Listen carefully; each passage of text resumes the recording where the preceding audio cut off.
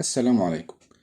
ازاي تقدر تعمل باوربوينت احترافي وجذاب وكمان تكسب منه فلوس؟ في الفيديو ده هشرح لك بموقع بسيط، موقع حديث جدا لعمل الباوربوينت، وكمان هقول لك ازاي تكسب منه فلوس.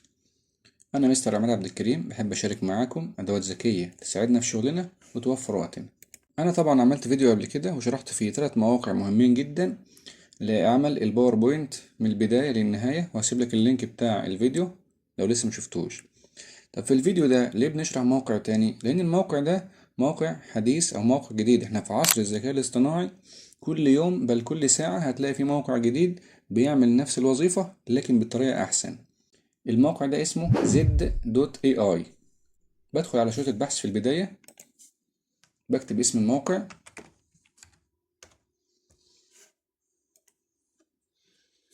بيبدأ الموقع يحمل معايا بالشكل ده. تمام، بعمل في البداية ساين ان. طبعا بختار الجيميل عشان التسجيل بتاعه بيكون أسهل وأسرع. تمام، بيظهر معايا الموقع بالشكل ده. بختار من هنا AI slides، يعني يعمل لي شرايح الباوربوينت عن طريق الذكاء الاصطناعي. بضغط عليها. تمام، اتأكد ان الرمز بتاعها طلع هنا.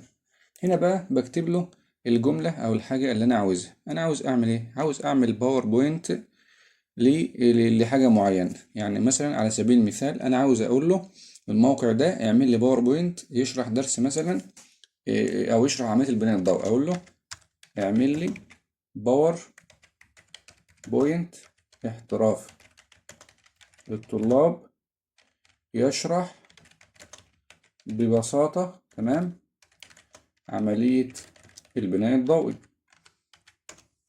واشوف الموقع هيظهر لي ايه. طبعا احنا هنا هنسيب الموقع هو اللي يختار بقى السكريبت بتاع الموضوع بتاع الدرس، يعني او السكريبت بتاع الباوربوينت، ويكتب كل حاجة ويكتب العناوين ويكتب كل حاجة ويكتب الصور ويعمل كل حاجة بنفسه. تمام، طبعا دي الطريقة الأولى. الطريقة التانية واللي احنا بنستخدمها طبعا إن أنا بقى بحط للموقع النص اللي أنا عاوزه يعمل بيه الباوربوينت، عشان ما يزودش بقى معلومات زيادة عن الدرس اللي أنا عاوز أشرحه، أو يقلل برضه معلومات عن الدرس. هنشرحها بس نشوف الأول شكل الباوربوينت بتاع الموقع. خلينا نشوف مع بعض إيه اللي هيحصل. الموقع طبعا بياخد وقت لحد ما يجهز بقى الباوربوينت والخطوط والألوان والأيقونات والصور، فاصبر عليه لحد ما يخلص خالص عشان نشوف النتيجة اللي هتبهرك إن شاء الله. الموقع تمام وخلص، خلينا نشوف مع بعض العرض شكله عامل ايه. نضغط من هنا على بلاي عشان نشوف الشكل العام بتاع الباوربوينت اللي الموقع عملهولي. زي ما انتم شايفين هنا اعمل عنوان طبعا، واعمل صورة، واعمل حاجة جميلة جدا. تمام، بقلب من هنا عشان اجيب السلايد اللي بعدها. بيبدأ بتعريف البناء الضوئي، شايفين الشكل عامل ازاي، وطبعا هو جاب صورة من عنده، تمام، مناسبة للنص اللي بيشرحه.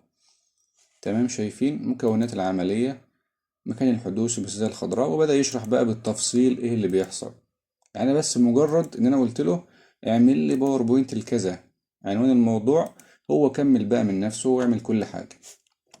تمام، كلام جميل.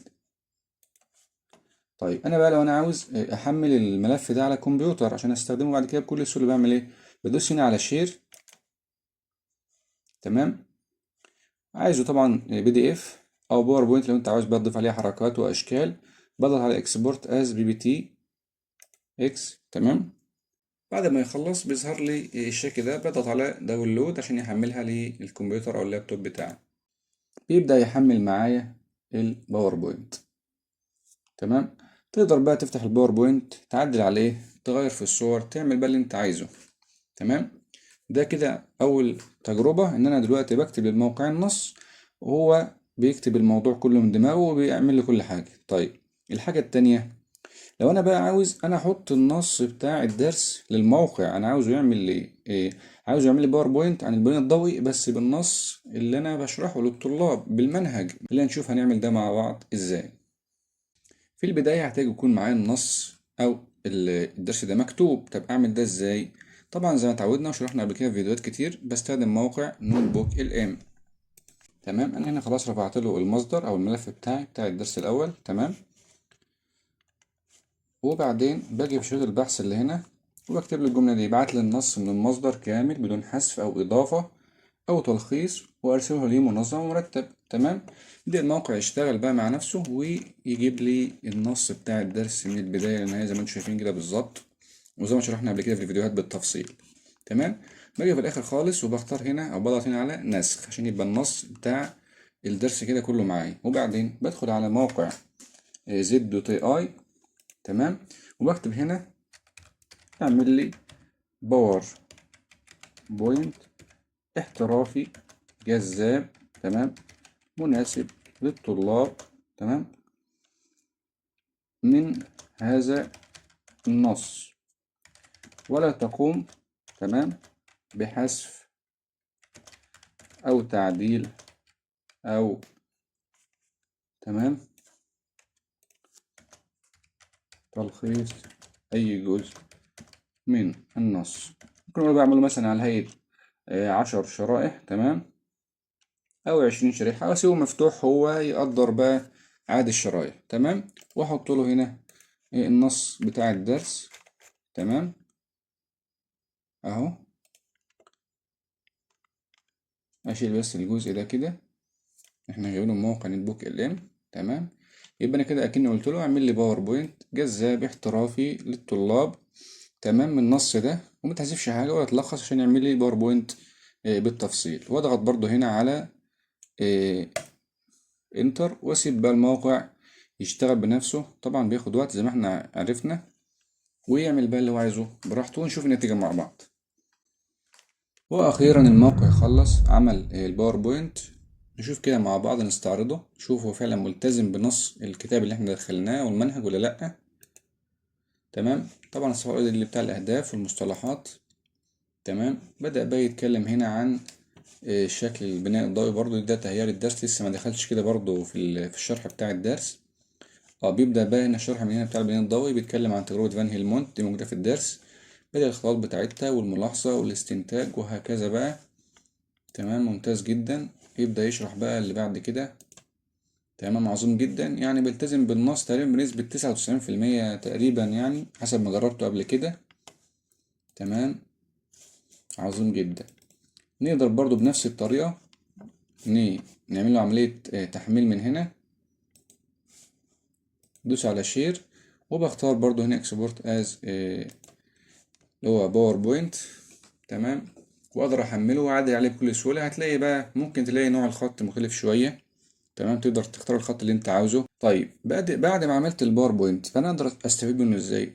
طبعا رقم واحد، تقدر طبعا تعرض الباوربوينت ده لو انت عندك سبورة ذكية مثلا بتشرح عليها، او سبورة عادية، او شاشة عرض تقدر تعرض عليها. لو انت شغال اونلاين تقدر تشرح منه. الباوربوينت ينفع معاك في اي طريقة من دول. طيب الحاجة التانية، ازاي نكسب منه او نربح منه؟ لو انا عايز ازود دخلي مفيش اي مشكلة. انت حضرتك مدرس ليك زملاء مثلا في نفس المادة محتاجين باوربوينت، ممكن تعرض عليه الخدمة دي ان انت تعمله باوربوينت، او الباوربوينت موجود معاك مقابل مبلغ مالي انتوا تتفقوا عليه. تنشر في جروبات، تنشر مثلا على صفحة الفيسبوك ان انت بتعمل باوربوينت او عندك باوربوينت، وتنزل عينات كده للباوربوينت اللي انت عملته. اللي محتاج الخدمة يقدر يشتريها، يبقى انت حضرتك استفدت، هو كمان استفاد. تمام. وبكده يكون وصلنا لنهاية الفيديو. لو الفيديو عجبك ما تنساش تعمل لايك وشير للفيديو، واكتب لي في الكومنتات هل فعلا الموقع ده مفيد زي المواقع التانية ولا لأ. والسلام عليكم ورحمة الله وبركاته.